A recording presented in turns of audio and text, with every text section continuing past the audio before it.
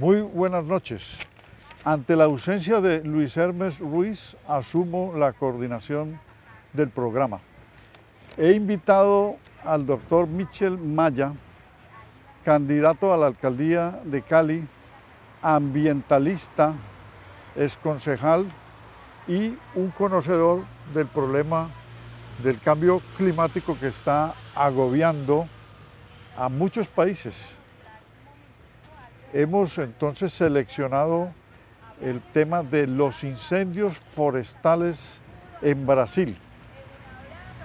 Dice el Instituto Especializado en Medio Ambiente del Brasil que se han presentado durante este año 2019 71.400 focos de incendios. Y la comunidad internacional está alarmada porque la pasividad del gobierno para la extinción de los incendios da a entender que una hipótesis puede ser la del consentimiento para devastar zonas a fin de extender tierras a la ganadería, a la agricultura y a la minería. Jair Bolsonaro, el presidente que se posesionó en enero de este año, durante la campaña del 2018, alentó los ánimos de sus financiadores, precisamente ganaderos y agricultores que quieren extender sus actividades en la Amazonía, y los alentó diciéndoles que más divisas obtendría Brasil con este tipo de exportaciones que conservando la selva, porque la selva no producía. Es decir, va en contravía de los mandatos de la ONU y de quienes han calificado al pulmón del planeta ubicado en el Amazonas, que tiene extensiones en varios países. Eso es un problema muy grave, que un presidente no entienda los parámetros del cambio climático y que lo niegue. Es decir, él es un negacionista, como lo hace Trump. Más adelante voy a hacer una, digamos, reflexión sobre estos dos presidentes en su origen y en sus discursos y cómo llegan a la extrema derecha alentando prácticas que son indebidas. Michel, sobre esto, sobre el contexto general de los incendios, ¿qué podríamos decirle a los televidentes y a las redes sociales? Profesor Ramos, otros televidentes, bueno, muy buenas noches, un gusto estar aquí. Un saludo muy especial desde la distancia a Luis Hermes, agradeciéndole esta oportunidad. Profesor Ramos, yo creo que lo primero que hay que decir es que esta situación no es nueva. Yo recuerdo cuando yo era un adolescente, tendría tal vez 13, 14 años, recuerdo el asesinato de Chico Méndez, un campesino que extraía caucho, defensor de la selva amazónica, sindicalista, que en aquella época, estamos hablando de los años 90, levantaba su voz para decirle al gobierno del momento en Brasil que había que frenar el avance de las rancherías, de los rancheros, que quemaban y destruían la selva amazónica para construir rancherías, lugares para crear grandes pastizales, para alimentar vacas, cerdos, colocar galpones de pollos y gallinas, o para megacultivos, monocultivos de soya. Estamos hablando de los años 90, finales de los años 80. Asesinaron a Chico Méndez, yo recuerdo, precisamente por levantar su voz. Y lo que vemos hoy no es nada distinto que una sucesión de hechos con un gobierno de derecha en Brasil, con el triunfo de Bolsonaro, donde permite,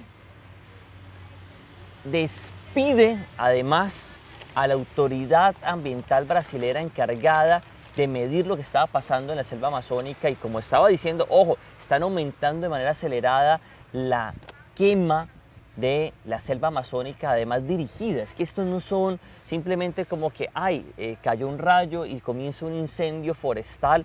No. Esto es un tema dirigido y organizado. Las 7 ciudades en la selva amazónica, que en estos momentos tienen más del 55% de los incendios, son las ciudades precisamente que tienen niveles de deforestación por encima del 60% en el Brasil, en 4 estados muy específicos que son los estados donde los rancheros vienen profundizando este tipo de prácticas.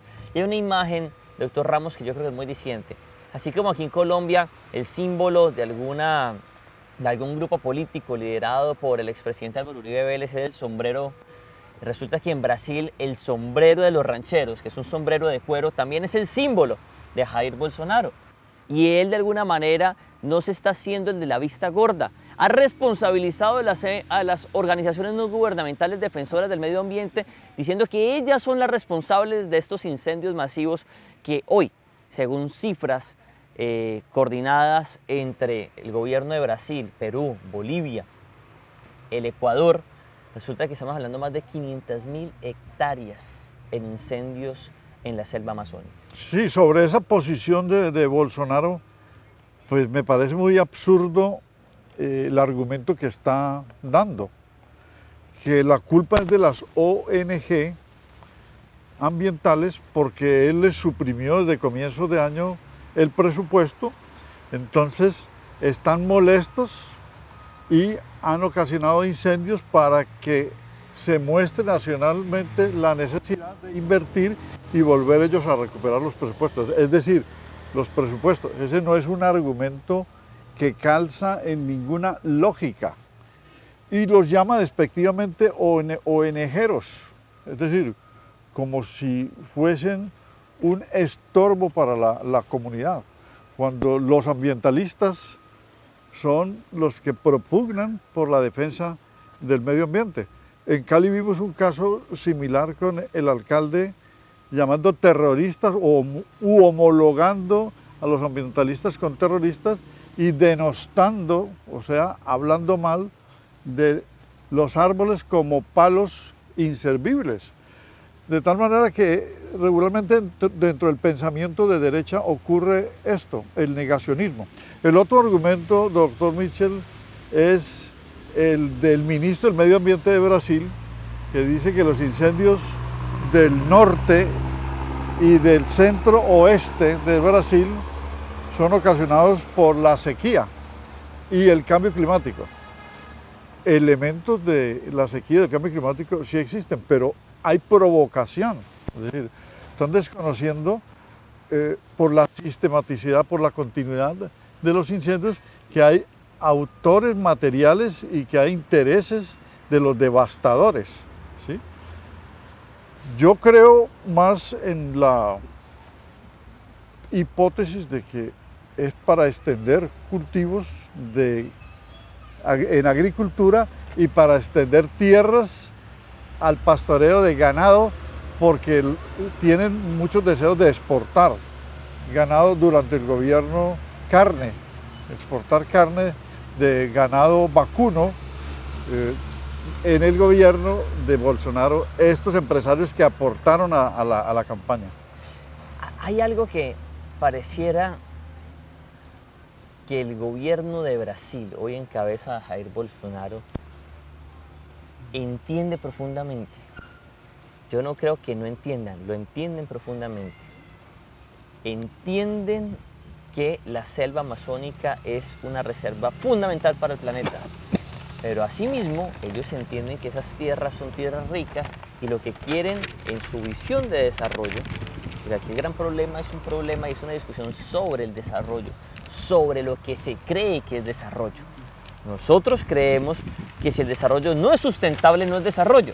Pero en la óptica de Jair Bolsonaro y de los grupos de interés que él representa y con quienes está gobernando en este momento en Brasil, en esa lógica, para ellos es más importante tener terrenos para pastar animales, vacas, cerdos y pollos, terrenos para monocultivos de soya y demás, que además hay que decirlo, profesor Ramos, el 70% de todos los granos que se producen en el planeta Tierra, se utilizan para alimentar vacas, cerdos y pollos. No es para alimentar a la humanidad, es para alimentar vacas, cerdos y pollos, el 70% de los granos que se producen en el planeta. Y esa dependencia, esa adicción a las carnes en este modelo de desarrollo que tenemos actualmente, que no es un desarrollo sustentable, pues llevan entonces a un gobierno como este no solamente a permitir esta destrucción masiva de la selva amazónica, sino a promoverla. Y por eso lanzan sofismas de distracción, por eso lanzan consignas del tipo como es culpa de las organizaciones no gubernamentales, son ellas las responsables, tratando de responsabilizar a otros. Es por eso que el gobierno termina diciendo que estos incendios son incendios derivados del cambio climático y que no son provocados. Es posible que hayan incendios, que existan incendios por el cambio climático. Claro que sí, por las altas temperaturas, claro que sí, pero no más de 70.000 incendios en menos de un año. Eso claramente es provocado, es dirigido, el gobierno ha sido cómplice, no han tomado las medidas adecuadas. Sucede además en los estados donde avanza más la ganadería intensiva, es también los estados donde hay más rancherías, son los estados además donde el partido político de Jair Bolsonaro es más fuerte. Entonces blanco es, gallina lo pone. Por eso yo creo que el mensaje que hay que elevar, profesor Ramos, no solamente es a proteger la selva amazónica, no solamente es a que todo el mundo se dé cuenta de este ecocidio que está sucediendo, es entender que existe un delicado equilibrio en el que todos estamos conectados. Por eso cuando tenemos un alcalde como el de Cali, por ejemplo, que ya algunos lo llaman también el Bolsonaro de Cali, que señala que los árboles que hay que talar para construir una vía son unos simples palos, cuando una directora del Departamento Administrativo de Gestión Medioambiental, DACMA, que es la principal autoridad ambiental del municipio, que dice que si usted quiere árboles, se vaya para un bosque, se vaya para el campo. Lo que estamos viendo son gobiernos miopes que no están entendiendo la dimensión de la crisis global, de la crisis climática a la que estamos todos asistiendo, donde ahí nadie se salva, ni ricos ni pobres. Puede usted tener mucho dinero, que igual el clima lo va a afectar. El problema con el discurso de Bolsonaro, yo el año pasado escribí un artículo en Caja de Herramientas, antes de que ganara inclusive Bolsonaro, allí está publicado, y consignaba y recogía ya críticas que se daban sobre su discurso antiambientalista. Pero alentar a la población con el antiambientalismo, con el negacionismo y con el supremacismo, el racismo, la xenofobia, no dando orden expresa, porque ningún presidente, excepto Trump, va a dar instrucciones que luego va a controvertir con organismos internacionales y con la población, como si no le fuera a pasar nada. Pero es un discurso que incita lo de Bolsonaro, y por lo tanto, si no dio la instrucción, que seguramente no la dio, el discurso alienta a los ganaderos, alienta a los mineros y alienta a los agricultores que, motu propio, inician los incendios, afectando comunidades indígenas, flora y fauna, porque los focos del fuego y el humo que está llegando a las ciudades demuestran la inmensidad del daño que se está causando. Entonces, termino diciendo, doctor Mitchell, que los mandatarios, ¿sí?, ya sean alcaldes, gobernadores, presidentes, producto de las elecciones y de la delegación que existe en el sistema democrático, la gente que tiene la posibilidad de escoger, de elegir, si no disciernen sobre las propuestas, sobre las ideas, van a llegar personas de esta naturaleza que están llegando en varios países del mundo, presidentes impreparados, ¿sí?, para destruir la naturaleza. En el cambio climático, el discurso tiene que ser muy claro, porque allí está la mayor potencia del planeta en cuanto a aguas, en cuanto a oxígeno, porque es un sumidero de carbono. Si se tala o se incendia, los sumideros de carbono se terminan. Por lo tanto, no hay posibilidades de recuperación ni de balance de ese carbono que está almacenado, antes lo están liberando y se pierde que lo capturen los árboles porque los están desapareciendo. Por lo tanto, van a aumentar el calentamiento global. Hay algo importante, profesor Ramos. En todo este análisis, cuando se revisa, por ejemplo, la situación colombiana, el gobierno colombiano, y esto son cifras que publicó el Instituto von Humboldt, y le viene haciendo eco de una manera muy interesante y juiciosa al profesor Manuel Rodríguez Becerra. En los últimos 14 años, el nivel de deforestación en Colombia ha crecido a ritmos superiores a los promedios históricos. La meta de deforestación del Plan Nacional de Desarrollo del presidente Iván Duque mantiene los niveles de deforestación de los últimos 14 años, que es un sinsentido, ¿no? ¿Sí? Es decir, no tiene sentido que se coloque una meta y en lugar de la meta frenar lo que ha pasado, establece lo que ha venido pasando como la meta, mantener el status quo. Esto es de una gravedad mayúscula porque pareciera que todavía no entendemos el llamado que líderes globales como Greta Thunberg, como cientos de niños, de niñas, de jóvenes y adolescentes en todo el mundo que todos los viernes salen a manifestarse a favor de la protección del medio ambiente, lo que se llama el Viernes por el Clima, que es un fenómeno global donde lo que se busca es, venga, hay que tomar medidas y hay que tomarlas ya, no más carreta. Y lo que estamos viendo en Brasil es todo lo contrario. En Brasil están tomando medidas, pero para acelerar la destrucción. Porque además, escuchaba a María Fernanda Cabal, congresista del Centro Democrático, decir que ¿qué nos importaba a Colombia el problema de la Amazonía brasilera cuando eso es un problema del gobierno brasilero? Lo que no han entendido es que el equilibrio ambiental es un equilibrio planetario. Nos afecta a todos.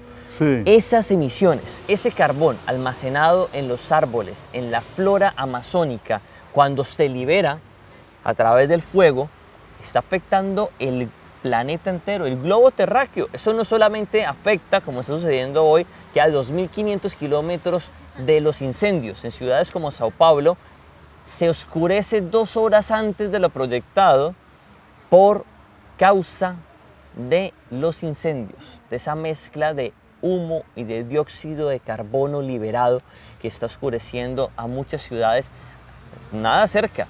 Sao Paulo está a más de 2.500 kilómetros de distancia de donde están los incendios. Ya el problema de los incendios ya no es solo de Brasil, Perú, Ecuador, Bolivia y Colombia ya están prendiendo las alertas por el crecimiento de estos incendios. Y otro aspecto, resulta que al acabar con los bosques, con la selva, de esta forma inmisericordia y de tamaño gigante, o sea, ciclópeo gigante, están acabando y afectando con el ciclo del agua.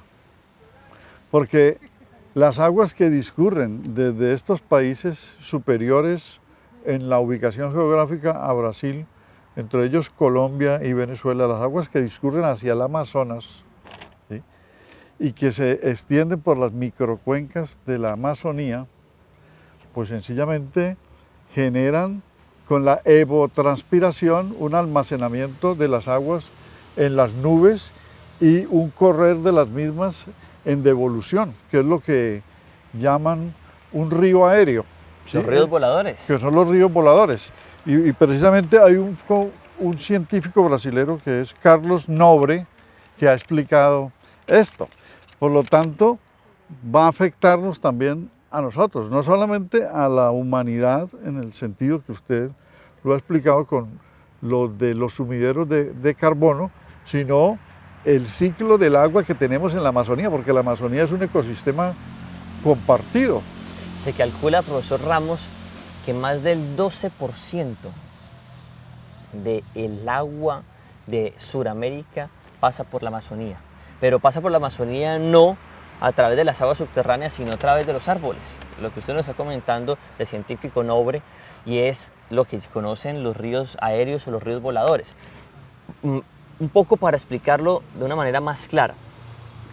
En el proceso de evaporación del agua, los árboles en sus copas, en sus hojas, terminan capturando parte de Ajá. esa humedad y esa humedad viaja, no solamente en las nubes, viaja a través de los árboles, en las copas de los árboles. Entonces todo ese ciclo del agua que conecta toda Suramérica, a toda Suramérica con los vientos que llegan, resulta que cuando se quitan todos estos árboles, se corta esa conexión aérea del agua. No solamente por las nubes, porque lo que antes pensábamos era no, el ciclo viene de la tierra a las nubes en forma de lluvia y ya. No, hay un paso intermedio que son los árboles. La selva como pulmón también en sus copas, los árboles terminan capturando agua. Esa captura masiva de agua también es una forma de filtrarla, de limpiarla y se mueve. Cuando tenemos más de 500.000 hectáreas quemadas, taladas y destruidas, es como si en una tubería de agua, para que lo pongamos en ese ejemplo, usted cortara más de 2.000 kilómetros de esa tubería. ¿Qué va a pasar? Pues que no va a haber flujo.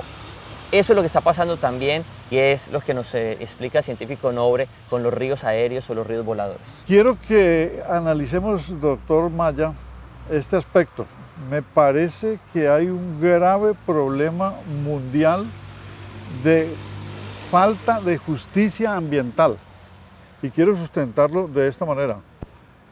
La Revolución Francesa, 1789, se inicia el sistema de los derechos humanos. Después de la Segunda Guerra Mundial aparece la Declaración Universal de los Derechos Humanos que complementa la Declaración de los Derechos del Hombre y desde 1948, cuando se da la declaración, ha funcionado bien o mal, más bien mal,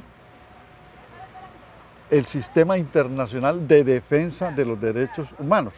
Y existen cortes internacionales, la Corte Penal Internacional, la Corte de la Haya, y hay juzgamientos y tribunales ad hoc y justicia transicional para los derechos humanos. Pero la ONU ni ninguna otra organización multilateral tiene un sistema de justicia ambiental internacional. O sea, no hay quien juzgue a los criminales ambientales, a los delincuentes ambientales. En este momento la ONU, ¿qué está haciendo frente a Brasil y la Amazonia? ¿Qué está haciendo la OEA que deberían estar allí? Que el G7 anuncia que van a intervenir. Es decir, la comunidad internacional debe parar a este ecocida y genocida, porque están espantando a las comunidades indígenas. Es decir, que el sistema internacional de derecho internacional sobre el derecho ambiental no opera porque no hay quien juzgue a estos antiambientalistas y depredadores. Ecocidas. Profesor Ramos, yo creo que usted ha tocado un tema fundamental y es que la humanidad en su evolución vamos entendiendo de manera lenta. Y ahí tal vez nuestros hermanos mayores, los indígenas, entendían mucho más la conexión entre la vida humana y la relación con el planeta Tierra. Profesor, la tesis de la Pachamama y el Summa Causai, el buen vivir, llevan a una concepción, a una cosmogonía donde la relación con la naturaleza, con el medio ambiente, con la madre naturaleza, con el cosmos, no estaba separada de la vida humana. Resulta que nosotros en la vida occidental la separamos y hasta ahora comenzamos a entender que hacemos parte de un mismo ecosistema, que somos parte del ecosistema, que el ecosistema no solamente está a nuestro servicio, que nosotros hacemos parte y que nuestras acciones tienen consecuencias. Por eso el problema que tenemos hoy con el calentamiento global, con la crisis climática, en ese sentido con la emergencia climática, en ese sentido, profesor Ramos, creo que es cierto, hay que avanzar en unos derechos ambientales de nueva generación donde entendamos la importancia no solamente de la naturaleza, sino también de un sistema penal ambiental internacional, donde podamos castigar efectivamente a quienes atentan contra el ambiente. En esa línea, profesor Ramos, piensa en lo siguiente: así como existen tribunales, por ejemplo, como la Corte Interamericana de Derechos Humanos, para tratar temas de derechos humanos a nivel internacional, así como hemos tenido tribunales internacionales porque algunos países no han juzgado a sus criminales de guerra, por ejemplo, pero llegan instancias internacionales y sí los juzgan, como en el caso de Kosovo, Exacto. para colocar un ejemplo. Resulta que tenemos que avanzar en eso, en tribunales internacionales, para que este tipo de situaciones sean juzgadas, porque muchas veces las legislaciones o los gobiernos nacionales no tienen la capacidad ni la fuerza porque son sus propios gobiernos. Son las personas que conviven y tienen una connivencia con ese tipo de actos delincuenciales. En el caso de Brasil, el gobierno brasilero, la justicia brasilera, no va a juzgar a Jair Bolsonaro por hacerse el de la vista gorda en una situación de este tipo con más de 70.000 incendios provocados en todo el Brasil en lo corrido de su mandato. En ese sentido, se necesitan instancias internacionales, se necesita levantar la voz y creo, profesor Ramos, que tenemos que avanzar en la promoción de ese tipo de tribunales de manera multilateral. De acuerdo, es una reflexión muy válida. En este segmento del programa continuamos con Alejandro López Lasso, nada menos, un investigador social. Él es parte del equipo del Grupo República de la Universidad Libre con el doctor Jaime Gutiérrez en investigaciones de Derecho Público, Derecho Administrativo, Derecho Constitucional, Ciencia Política, y hace parte del equipo de este programa con Luis Hermes Ruiz. Ya ustedes lo conocen suficientemente. Alejandro, estamos deliberando sobre el tema de las quemas en la Amazonía, del efecto negativo para el cambio climático, siendo ese el pulmón más grande del planeta y más valioso. ¿Qué valoraciones tiene usted al respecto? Varios puntos, doctor. Creo que el problema del cambio climático, a pesar de que la importancia de la economía circular, en el sentido de que las acciones individuales son eje fundamental para el desarrollo sostenible, creo que hay algo que es trascendental, que va mucho más allá de la órbita individual, y es las posturas políticas y las decisiones políticas que son en realidad las que transforman o pueden deteriorar pues, en materia ambiental.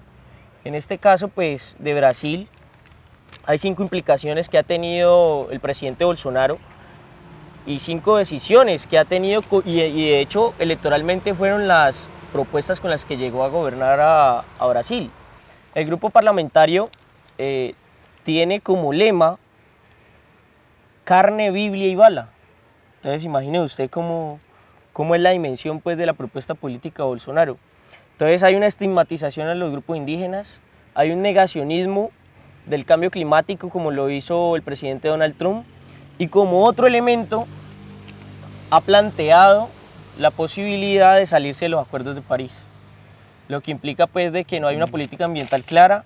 También el presidente ha dicho que quiere acabar con el Ministerio de Ambiente, lo cual todos los movimientos sociales se han volcado a las calles en los últimos días para confrontar pues, esa política del presidente Bolsonaro de acabar con la vida básicamente de la Amazonía. Bolsonaro se apoyó mucho en las iglesias, en los evangélicos, en los cristianos, y se apoyó en los militares porque él es un ex militar, y en los antiambientalistas, digámoslo de esa manera. Pero irse en contra de la COP21 de París, o sea, París 2015 que usted ha mencionado, es el absurdo más grande, porque resulta que la cumbre de París aprobó unas medidas de emergencia y 17 objetivos para el desarrollo sostenible en una agenda mundial hasta el año 2030. Entonces se sale del esquema de la gobernanza mundial y va en contravía a lo adoptado en París por todos los países de la ONU que participaron. ¿Esto qué quiere decir? Que va en contravía de los científicos del panel de cambio climático de la ONU que tiene sede en Nueva York y que vienen trabajando desde 1994. Es decir, se va en contra de todas las evidencias de lo que se debe hacer para salvar el planeta Tierra. Es un presidente, entonces, sin planeación, sin norte, sin conocimiento, que va a alterar, lamentablemente, preside el país que tiene la mayor capacidad de biodiversidad, aguas y el almacenamiento de carbono por la selva, afectando a toda Sudamérica y ¿por qué no? Compartimos el mismo espacio aéreo internacional en el mapamundi que se llama biosfera. Una cosa es el espacio aéreo de cada país de acuerdo a los límites territoriales, pero no se pueden colocar cercas en el espacio aéreo, por lo tanto no se puede dividir. Es la misma biosfera y por lo tanto los gases de efecto invernadero recorren todos los países y van a afectar a países que no tienen que ver con la producción de los daños, en el caso, digamos, de países africanos o países asiáticos, etcétera, etcétera. Claro, doctor. El problema del cambio climático es un problema global, lo cual lo que se deteriore en nuestro país va a tener graves consecuencias a nivel mundial. También es importante recalcar, doctor, de que él niega la ciencia, en el sentido de que ya el panel, como usted lo dijo, de la Organización de Naciones Unidas, ha dicho que tenemos 15 años para modular las emisiones de CO2 a nivel internacional, y si esto no se hace, pues en 30 años el escenario para la humanidad va a ser catastrófico. Algunos inclusive expresan de que en los próximos 30 años ya no habría la existencia de cualquier vida posible. Entonces implica la necesidad a nivel internacional de que la gente pueda decidir democráticamente con gobiernos que crean en la ciencia, porque es una negación explícita a la ciencia y además de eso es una negación al acuerdo más importante después de la Cumbre de Río. Creo que el acuerdo más importante en materia ambiental y fue la COP21, que plantea que los estados tienen que hacer intervenciones, tienen que hacer políticas que en los próximos 15 años podamos reducir nuestras emisiones de CO2. Sí, después de la Cumbre de Río de Janeiro que usted menciona, precisamente allá en Brasil, 1992, la del COP21, o sea, la cumbre número 21 en París en el año 2015 es la más importante. En ese interregno hay cumbres que han ido avanzando, por eso se llega a tener la de mayor definición, que es la de París. Estuvo la cumbre de Bali en Indonesia, la de Poznan en Polonia, la de Cancún en México, la de Copenhague. Copenhague. ¿Sí? Son cumbres que desde el año 2009 se hacen una vez al año. Antes estaban espaciadas, de tal manera que es irse en contra de las directrices internacionales para resolver el problema del efecto invernadero, del cambio climático y del calentamiento global. Es realmente un problema muy grave, Alejandro. Y fíjese, doctor, que desde el año de 1972, que creo que podemos decir que hay 3 momentos importantes dentro de las cumbres de la Organización de Naciones Unidas. Una fue la de Estocolmo, 1972, sí, donde se elabora un documento que se llama Los Límites del Crecimiento Económico, donde dice básicamente esta conferencia que no podíamos tener y consumir tanto que podamos dejar a las próximas generaciones sin recursos. Entonces de ahí se comienza a elaborar pues todo el concepto de desarrollo sostenible como unas políticas que tenían que trazar los estados para poder mitigar pues las acciones ambientales. Esa creo que es la más importante inicialmente en materia pues de ambiental. Segundo, la Cumbre de Río. Sí. Y tercero pues la COP21. Creo que el desarrollo sostenible y el concepto de desarrollo sostenible como eje fundamental para la gobernanza mundial es la salida que tienen que tener los estados. Pero hoy por hoy, doctor, vemos de que una cosa es el discurso y otra cosa es la implementación de las prácticas políticas. Por ejemplo, acá en Colombia tenemos un presidente que dice que está a favor del cambio climático, que dice que está a favor y que acoge los ODS, pero en la práctica tampoco se está viendo una política en la cual sea de cuidado en materia ambiental en nuestro país.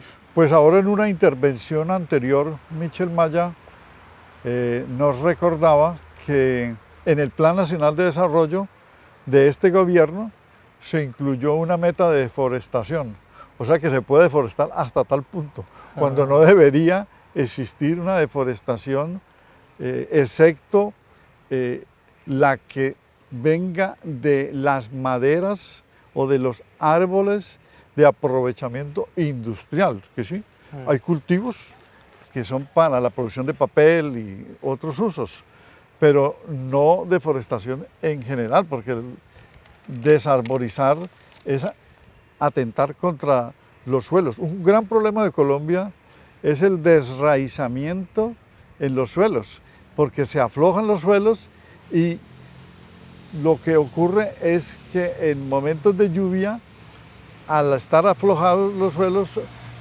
cae lodo y barro a los ríos y se vuelven rojizos. Yo me acuerdo que Isabel Cristina Zuleta, la líder de Ríos Vivos en Hidroituango, en toda la zona pues, de Ituango y los municipios de su alrededor, me comentaba que allá le dicen al río Cauca mono, pero desde que ella era niña, mono. Yo le dije, ¿por qué es mono? Porque es rojizo, es nuestro río. Yo le dije, Isabel Cristina, es rojizo por el barro que sale de las cuencas y de las microcuencas ante la tala. Es que momentos antes me había comentado que había estado en la Salvajina. Le dije, ¿y allá cómo es rojo? ¿Es mono? ¿Cómo es? Yo, cristalino. Le dije, es el mismo río Cauca. En la represa La Salvajina, pues está intacto su color natural y se vuelve rojo, es por la afectación de los suelos. En Colombia falta gestión de los suelos. El exministro Manuel Rodríguez Becerra acaba de publicar un libro, él es ingeniero industrial, fue el primer ministro del medio ambiente en Colombia, un libro que se llama Nuestro planeta, nuestro futuro. Y dice, hay dos grandes problemas, el cambio climático y la extinción de especies, y lo desarrolla.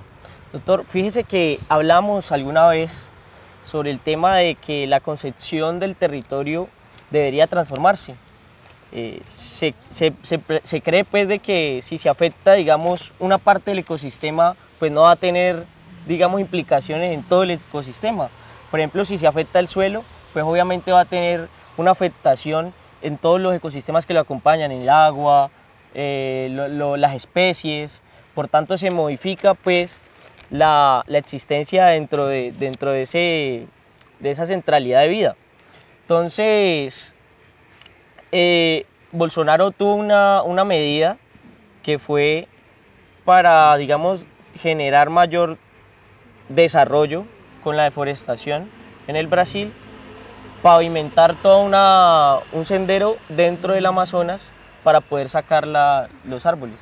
Y eso obviamente tiene implicaciones con el medio ambiente. Entonces tenemos una concepción muy negativa, muy fracasada del desarrollo como tal, una gestión ambiental que no tiene perspectiva ni tiene dirección. Por tanto, yo creo que ese es otro problema en materia ambiental. Pues mire que Colombia tiene dedicadas a la ganadería más o menos 18 millones de hectáreas. Y allí hay una práctica indebida con los suelos, no solamente las malas prácticas agrícolas, sino la extensión del pastoreo, como los fungicidas, las aspersiones afectan los suelos. A ver, el suelo es un recurso natural, ¿sí? Como usted lo ha explicado, entonces el suelo es un ecosistema, como lo son los ríos, los bosques, son ecosistemas. Y los recursos naturales más importantes son el aire, el agua y los suelos. ¿Qué pasa con los suelos? Para mí, es el problema de la separación por la propiedad privada de los predios, que cada cual se posesiona de un suelo con unos límites, con unas cercas, pero no hay gestión de suelos de las corporaciones autónomas para que sea de cuidado esos suelos. Sobre los suelos corren los ríos y las quebradas, sobre los suelos se levantan los páramos, sobre los suelos están los bosques, en el suelo se hace la agricultura, o sea, el suelo es todo, el suelo es un gran ecosistema y la alteración de los suelos, abusivamente violando el principio constitucional de la finalidad ambiental o ecológica de la propiedad privada, con propietarios que no conciben la conservación de los recursos naturales, sino la explotación irracional, pues vamos a estas tipo de degradación, a este tipo de degradación. Doctor, el discurso de desarrollo sostenible, y eso me gustaría, digamos, disertar un poco sobre esto, sirve parcialmente, en el sentido de que si se tomasen las medidas necesarias por parte de los estados en la COP21, que son los Objetivos de Desarrollo Sostenible, pues podríamos llegar a la meta de la reducción de las emisiones de CO2. Pero la cuestión del modelo económico, que tiene incidencia en la cultura, que tiene incidencia en el desarrollo, entonces esa concepción, el desarrollo sostenible nos sirve pues parcialmente para poder lograr los objetivos planteados en la COP21, que es la reducción de las emisiones de CO2. Pero el modelo económico como está concebido, con sus implicaciones en la cultura, con sus implicaciones en la concepción del desarrollo, con sus implicaciones ambientales, puede, digamos, ser afín con el medio ambiente. Pues habría que llegar a ese punto y lo único son políticas públicas direccionadas desde el aparato del Estado central, desde Bogotá, es decir, desde el Ministerio del Medio Ambiente y que funcione el SINA, el Sistema Nacional Ambiental, porque la sobreexplotación de los recursos naturales es la que está llevando a esta degradación. Es decir, la sobreexplotación de ríos, de páramos, de bosques, en aras de la ganancia máxima por encima de la vida misma de los habitantes. Eso es lo que está pasando cuando no se aplican las líneas del desarrollo sustentable o sostenible. Existe una inquietud por parte de científicos, de otros gobernantes que sí son conscientes, pero también hay una movilización mundial de jóvenes liderados por Greta Thunberg, que es una sueca, y es la huelga escolar climática que ha movilizado a muchos jóvenes en varios países. Es un ejemplo que se está ya reproduciendo en América Latina. ¿Cómo es posible que la juventud está haciendo lo que no hacen los adultos, los mayores, en una crisis de esta naturaleza? Es un ejemplo extraordinario, ¿sí? Es un ejemplo extraordinario que debe, digamos, respaldarse. Sobre ello, en Colombia, ¿usted qué ha notado, Alejandro, de la juventud en los colegios, en las escuelas? Doctor, este movimiento se llama Juventud Sin Futuro y es un movimiento global en el cual hacen parte en diversos países jóvenes que tienen como símbolo a Greta Thunberg, que fue la niña que se sentó un viernes en el Parlamento sueco como señal de protesta para que los gobernantes hicieran algo por el cambio climático. Este movimiento plantea como propuesta fundamental que se declare lo que hemos llamado los jóvenes una emergencia climática o crisis climática. Creemos que abordar el cambio climático implica abordarlo como una crisis y como una emergencia, no solamente como un eje de gobernanza como lo ha establecido los Objetivos de Desarrollo Sostenible y la COP21, sino que se establezca pues unas medidas, pero ya como una concepción del territorio en el cual está en crisis. Las especies están en crisis, nuestra vida está en crisis, y si nosotros en los próximos 15 años no reducimos las emisiones de CO2, nuestra humanidad puede estar sucumbiendo en los próximos 30. Profesor Ramos y Alejandro, yo creo que tal vez de los mensajes más importantes de Greta Thunberg como símbolo global, yo creo que son tres. Número uno, es un mensaje que viene de alguien menor de 18 años. Una niña que además, y aquí lo hicimos en un programa, profe, lo dijimos hace ya unos meses, ¿no?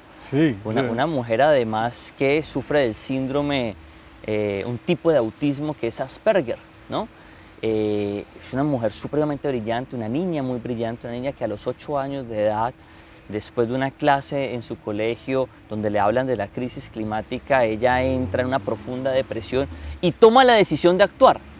Y el mensaje más importante de los tres mensajes es, número uno, son niños, son menores de edad. Número 2, hay un mensaje contundente de no hay tiempo para más excusas, hay que actuar ya.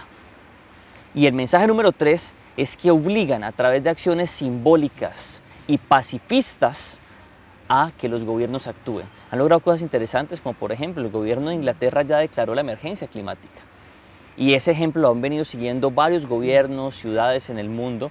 La han convertido a Greta Thunberg en una vocera global, un símbolo global. En este momento está cruzando el Atlántico en un velero para llegar a Estados Unidos a una importante conferencia, pero va en velero porque resulta que los vuelos transatlánticos, un solo vuelo puede generar más emisiones de dióxido de carbono y por lo tanto aumentar la huella ecológica de una persona por encima de toda la contaminación que una persona pueda generar en un solo año. Entonces creo que también hay un mensaje de coherencia, de buscar y entender que tenemos que cambiar nuestros patrones de conducta, nuestros patrones de consumo, nuestras decisiones, exigiéndole a los gobiernos que actúen inmediatamente, exigiéndole a los líderes globales actuar inmediatamente y entender que lo que está en juego es el futuro de toda la humanidad y por eso son niños, niñas, jóvenes y adolescentes quienes lideran este proceso. El otro gran problema ya en el caso nuestro es la descoordinación de las autoridades ambientales. O sea, aquí hay una buena normativa que es el Sistema Nacional Ambiental, el SINA, que tiene como cabeza principal al Ministerio del Medio Ambiente y engloba gobernaciones, municipios, ministerios, etcétera, pero no actúan, porque el presupuesto no lo aplican ni concurren, no hay principio de concurrencia. Y la corrupción en las corporaciones autónomas. Vi el video donde estuvieron los candidatos a gobernación moderado por Mauricio Ríos esta semana y todos los candidatos, ¿sí? Griselda Janet, Gamboa, todos los candidatos, Duvalier, etcétera, critican a la CBC porque en el Valle del Cauca hay un desgobierno, pero en Colombia las corporaciones tienen ese problema de desgobierno. Sobre ese tema tiene que llegar un momento en que sean eficaces las autoridades ambientales. Si el SINA no funciona dispersamente, las autoridades o de manera individual no pueden corregir, no pueden corregir. Profesor Ramos, Alejandro, televidentes, es doloroso decirlo, pero las corporaciones autónomas regionales se han convertido no en autoridades ambientales, sino en fortines políticos para financiar campañas y organizaciones políticas tradicionales. Durante años en el Valle del Cauca, por ejemplo, la CBC estuvo dominada, a pesar que el importante industrial Henry Eder hacía parte o ha hecho parte siempre de la junta directiva de la CBC, estuvo durante años dominada por el grupo de Juan Carlos Martínez Sinisterra, conocido como el Negro Martínez, y Juan Carlos Abadía. Y con ese dominio lo que hicieron fue financiar campañas políticas, llevar personas a la gobernación, al Congreso, al Senado, a la Cámara de Representantes, elegir alcaldes, concejales, diputados, pero no ejercer su papel de autoridad ambiental.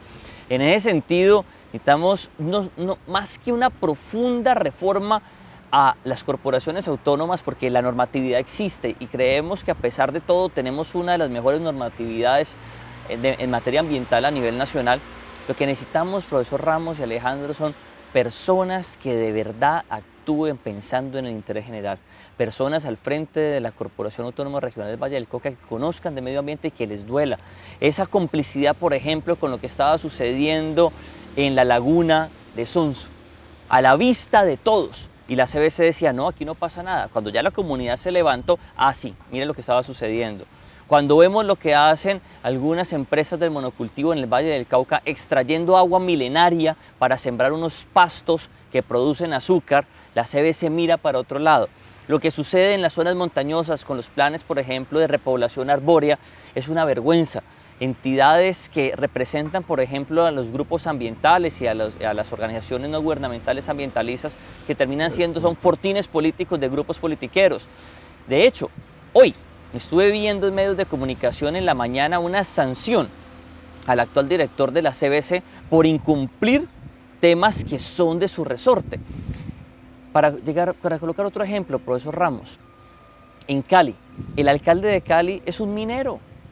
es un minero, por lo tanto los temas ambientales no le importan, por lo tanto coloca al frente del DACMA hoy a una persona que dice que si usted quiere árboles, váyase para el bosque, váyase para el campo, váyase para el monte, porque en la ciudad usted no debe exigir eso. Distinto cuando habían personas que le interesaba el tema ambiental, como Luis Rodríguez Devia, por ejemplo. Pero lo que voy con todo esto, Alejandro, es que aquí hay un tema de decisión y de voluntad. Mientras al frente de las entidades se sigan colocando personas irresponsables, que además de desconocer los temas, no les interesan los temas, no son expertos, no les importan, no son conocedores, no les duele el medio ambiente, a pesar de tener una gran legislación, no va a pasar absolutamente nada. Eso lo explica Michel, un teórico, se llama Pablo Dávalos. Él habla de que hoy por hoy el locus de la política ya no es lo social, el locus de la política es lo económico. Y dentro de todas las corporaciones públicas hay una cooptación por parte de los intereses privados en lo público. Lo público debería ser la conservación del medio ambiente, pero lo que se hace a fin de cuentas es privilegiar unos intereses privados que después van a pagar favores y a pagarles las campañas políticas a todos los que son parte de las entidades públicas. Eso lo explica muy bien, pero yo creo que aparte de que hay que claudicar ya esta clase política corrupta, que juega con la naturaleza, que juega con los intereses públicos, que juega con los recursos públicos, creo que hay unas medidas que deberían tomar muy en cuenta, y más ahora que estás en la carrera de la alcaldía de Cali, es ir paulatinamente transformando la matriz energética. Creo que esa sería la salida fundamental para poder lograr lo que se planteó en la COP21, que es la reducción de las emisiones de CO2. Y lo plantea Jeremy Rifkin en un libro llamado La Tercera Revolución Industrial, y es transformar la matriz energética por energías limpias que sean capaces inclusive de cambiar las relaciones de producción. ¿Qué significa eso? Que al tener ya no como eje fundamental de la economía el carbón y el petróleo, sino las energías limpias, eso sumado a la fibra óptica, se puede generar a través de la democratización y la generación de energía y la producción, la capacidad de que personas puedan generar energía en su propio hogar. Y eso generaría pues otra perspectiva de la economía, y este planteamiento lo ha adoptado ya la Unión Europea. La Unión Europea para el año 2022 va a tener el 20% de energías limpias. Y Jeffrey Sachs, que es escritor sobre los objetivos del desarrollo sostenible, saca en el 2015 un libro donde plantea de que una de las salidas no solamente para América Latina, sino para el África, es la producción al tener los bajos costos de los paneles solares, que ahora con la demanda pues, a nivel internacional van a reducirse. Sobre ese planteamiento de Alejandro, yo he leído en el programa de gobierno de Michel Maya unas propuestas muy interesantes que alientan hacia la sustitución de combustibles fósiles y hacia energías alternativas. Por ejemplo, usted ha hablado de los buses eléctricos y ha hablado de la movilidad sostenible para, en efecto, aliviar la carbonización del espacio aéreo en Cali y otras medidas. Sobre eso nos podría comentar Michel, ese componente. Alejandro y profesor Ramos, es la acción. De hecho, voy a tratar de hacer un símil con algo que está en la Biblia, ¿no? En el principio es la acción, ¿no? ¿Sí? Es decir, Dios hizo el mundo en unos días y en otros nos puso ya a funcionar, ¿sí o no? En 7 días. Es la acción, es actuar. De hecho, es parte del llamado de Greta Thunberg, es actuar, no más discursos, no más carreta. En ese sentido, por ejemplo, tenemos que exigir que la actual flota de buses nuevos del mío, que se está licitando en estos momentos, el 100% sea eléctrica. Si nosotros garantizamos eso, Alejandro, profesor Ramos, televidentes, si logramos que el 100% de la flota del sistema de transporte público de Cali fuera eléctrico, que es lo que vamos a hacer en nuestro gobierno, vamos a reducir las emisiones de dióxido de carbono en más de 2 millones de toneladas al año. Podemos salvar más de 640 vidas al año, que a causa de la contaminación ambiental, la de la contaminación del aire, le cobran la vida a más de 640 personas. Armando Palau, doctor Ramos y Alejandro, publicó hace poco una columna muy interesante demostrando que la calidad del aire en Cali es desastrosa. Nos han vendido el premio que somos la ciudad con la tercera mejor calidad del aire de Colombia. ¡Carreta! Resulta que tenemos serios problemas de contaminación del aire que afectan principalmente a dos grupos poblacionales, a los menores de 5 años y a los mayores de 65 años. Esto nos lleva entonces a que la principal fuente de contaminación son las fuentes móviles. Entonces, necesitamos una alcaldía que se la juegue para que el 100% de la flota del sistema de transporte público sea eléctrico. Garantizar que la línea del metro ligero que va a pasar por Cali sea eléctrico. Garantizar que la flota de transporte de la alcaldía sea eléctrica. Incentivos para que Cali avance en movilidad eléctrica. Estoy hablando de vehículos privados, pero que avancemos con incentivos tributarios, económicos, de facilidades para avanzar en vehículos eléctricos. Esto en materia para reducir la contaminación del aire, pero además de eso avanzar en el tema eléctrico. Hay algo fundamental. En Cali debemos crear una nueva unidad de negocio que se dedique al desarrollo de energías limpias. Y ahí concretamente tenemos dos posibilidades maravillosas. Número uno, energía solar.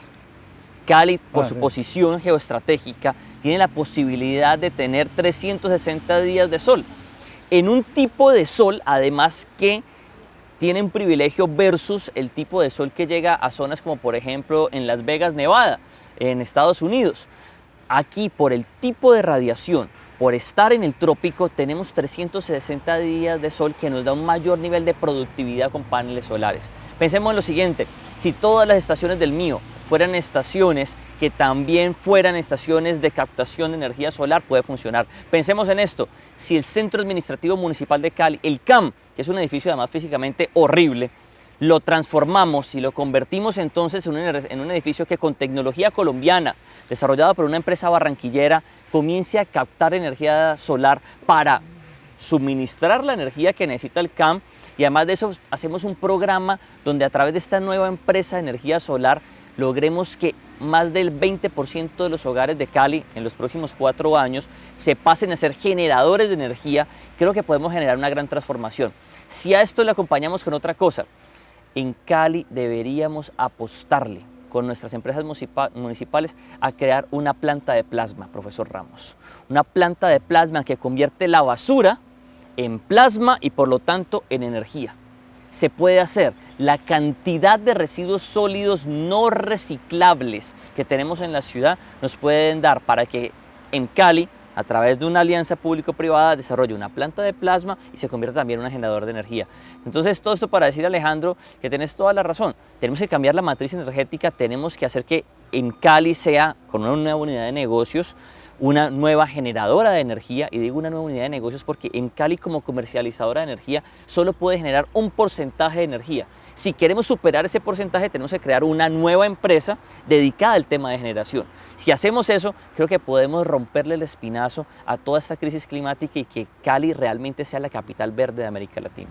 Uno de los objetivos de desarrollo sostenible como gobernanza mundial es el de ciudades sostenibles, resilientes y que tengan un cambio hacia ciudad verde. En Europa las ciudades verdes están en competencia desde el año 2010 con premios, ¿no? Y lo han tenido Estocolmo, lo ha tenido Hamburgo, lo ha tenido Vitoria en España, Milán, los premios. Pero ya desde el 2015 se trata de que las ciudades se reconviertan y vayan a ser ciudades verdes. Yo creo que los planteamientos de Mitchell que acabamos de escuchar llevan a que la ciudad pueda llegar a ser una ciudad verde. Cali tiene las mayores condiciones porque está al pie de monte, tiene los farallones con una riqueza hídrica, tiene condiciones de biodiversidad que la rodean, 6 ríos fuera de los nacimientos que están nutriendo esos 6 ríos, que son más de 1000 nacimientos, tiene paisajes hermosos, pero todo se está deteriorando.